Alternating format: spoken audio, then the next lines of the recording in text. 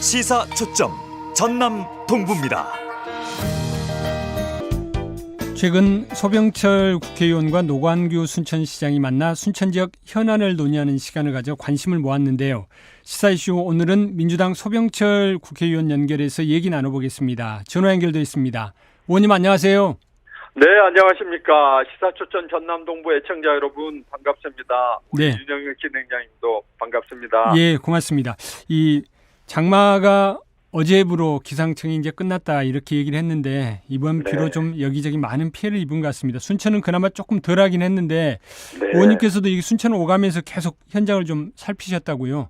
그렇습니다.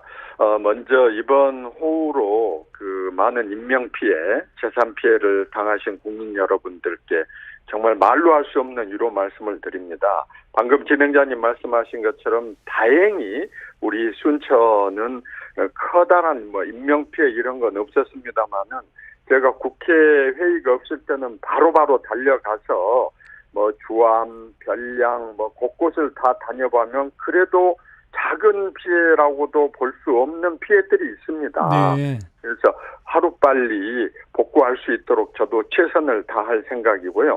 제가 이제 제일 신경 썼던 것은 2020년 대홍수 때 우리 그 조암댐 방류로 인해서 하루에 큰 피해가 있었습니다. 네. 그래서 그 조암댐에 직접 가서 그 방류 상황 그리고 영산강 유역청과 협업을 해서 실시간으로 통제를 잘 할 수 있도록 그 부분을 철저히 좀 챙기고 우리 그 풍덕동에 있는 우리 지금 여러 가지 배수 펌프 이런 것들 곳곳에 가서 잘 살폈습니다. 아, 그러셨군요.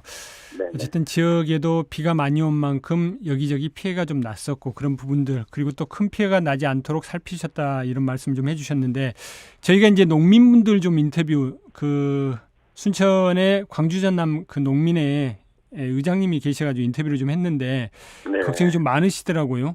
그렇습니다. 지금 그 사실은 지난 봄에 이미 우리 나간, 월등 이런 중심으로 해서 그 이상 저온 보통 냉해라고 하죠. 네네. 그래서 많은 피해가 1차 있었습니다. 그때도 제가 농민들 그 고충을 해결하기 위해서 농림부, 농협 여러 군데 설명도 하고 또 전남지사님에게 특단의 대책도 요청을 하고 했습니다마는 네. 이번에 이제 이 집중호우로 인해서 또 농민들께서 피해를 당해서 참 안타깝기 짝이 없습니다마는 할 수 있는 모든 노력은 다 할 생각입니다. 실제로 제가 법사위에 있기 때문에 지금 국토부 환경부는 수해 방지하는데 그 부서들에 대해서 각각 그런 요청을 하고 있고 농림부, 농협에 대해서도 우리 순천 지역 농민들에 대해서 충분한 배려가 있도록 그렇게 노력을 하고 있습니다. 사실 저희가 지금 그 제도적으로 하나 문제가 있는 게 제가 국회의원 되고 나서부터 재해보험을 좀 개선하기 위해서 많은 노력을 하고 있습니다. 네. 그런데 여건 지금 정부에서 어떤 결단을 내려줘야 되기 때문에 참 어려운 숙제입니다만은 지속적으로 이 부분을 해결하려고 노력하고 있습니다. 아, 그러시군요. 이 농민들 얘기를 들어보면은 정치인들 가운데 이 농민들 편에 선 정치인을 찾아보기 힘들다 이런 얘기들을 많이 하는데 지금 의원님께서는 할 수 있는 모든 노력을 좀 다 하겠다. 특히 재해보험과 관련해서는 정부를 좀 설득해가지고 그런 부분에 대한 개정이 좀 이루어질 수 있도록 하겠다 이 말씀 좀 해주신 것 같습니다. 그렇습니다. 우리 농민 여러분들께서나 수해를 당한 시민들께서 사실 마음도 아프고 절망스럽지는 합니다. 그러나 우리 참 옛말에 태양은 다시 떠오른다 이런 말씀처럼 네. 절대 낙담하지 마시고 함께 손잡고 나아가는 이 소병철 이런 우리 선출직들이 있습니다. 그래서 언제든지 말씀 주시면 달려갈 그런 각오로 일하고 있습니다. 예, 제가 서두에도 얘기를 했습니다마는 오랜만에 순천시장님하고 좀 만나신 것 같아요. 순천시 현안을 네네. 좀 논의하셨다고요.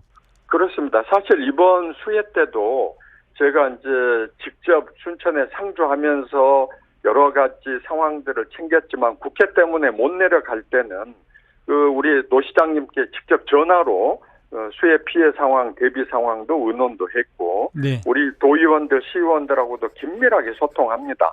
이번에 7월 20일 날 노광규 시장님을 만나서 순천시의 집중호우 대응 방법, 했던 거, 복구 상황, 그리고 이번 정기국회에서 핵심 예산 확보 그 이슈들에 대해서도 깊숙한 논의를 했었습니다.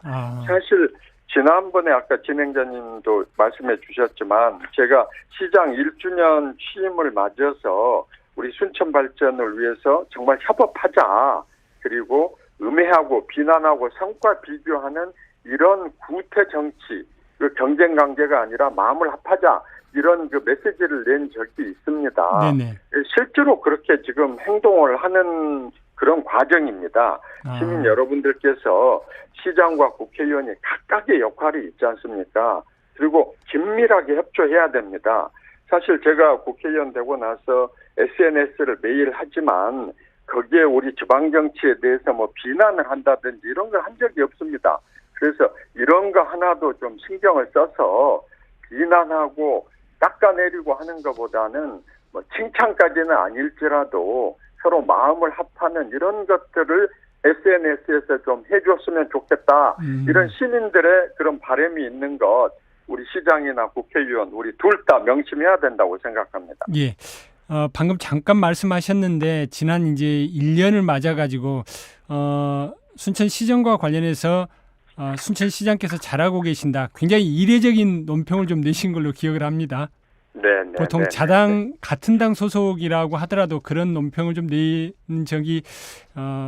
낸 적을 좀 보지 못했던 것 같은데. 네. 예, 그러셨던 것 같더라고요. 지금 말씀하신 것이 이제 그거죠. 제가 사실 정문 박람회 이후에 과연 우리 순천은 미래를 어떻게 만들어가야 될까? 이것을 작년부터 이제 고민을 시작했습니다. 왜냐하면 제가 정원박람회 특별법을 만들었고 또 그리고 순천시 전남도와 신말합해서 사상 최대의 예산도 가져왔고 그러면 그 다음 단계 생각하는 게 결국은 순천의 청년들 일자리 네. 그리고 순천의 미래 이 부분인데 제가 작년 정기국회에서 아시는 것처럼 애니메이션 클러스터를 사실 정말 어렵게 그 유치를 했습니다. 그래서 그것 그리고 또 남해안권 개발 이런 부분에 대해서 우리 순천시에서도 즉각적으로 또 따라서 그 말씀을 많이 해주시더라고요. 네. 사실 이런 부분들이 사실 바람직한 거죠. 그래서 이런 부분에 대해서 순천시가 지금 하고 있는 제가 지금 시작했던 애니메이션 클러스터에 대해서 후속 조치들 그리고 남해안권 개발 특별법에 대한 구체화 이런 것들을 지난번에 우리 시장님 1주년 기자회견장에서 상세히 말씀을 해서 정말 저는 기분이 좋았어요. 그러셨군요. 비록 제가 먼저 시작하고 아이디어를 냈지만 순천시가 이렇게 같이 화합을 해준다는 게 시민들께는 얼마나 좋은 일이겠습니까? 네네. 시민들도 그런 부분에 대해서 굉장히 반가워하지 않았을까 싶습니다. 그리고 지금 말씀하신 것 말고 지금 순천대학교 글로컬 대학 지금 이제 예비 명단에 올랐고 본지정을 앞두고 있는데 이 부분에 대해서도 좀 순천시 그리고 또 의원님 이렇게 적극적으로 좀 협력하는 게 좀 필요하지 않을까 싶은데요. 당연한 말씀입니다. 우리 지금 다행히 이번에 순천대가 전남에서는 우리 순천대만 예비 지정이 됐습니다. 그래서 7월 20일 날 순천대, 전라남도, 전남도의회 그리고 순천시 의회에 저랑 같이 글로컬 본지정이 될 수 있도록 깊숙하게 아주 전문적인 전략을 논의를 했습니다. 네. 그날 순천시는 실무자들만 좀 배석을 했던 걸로 기억을 하는데요.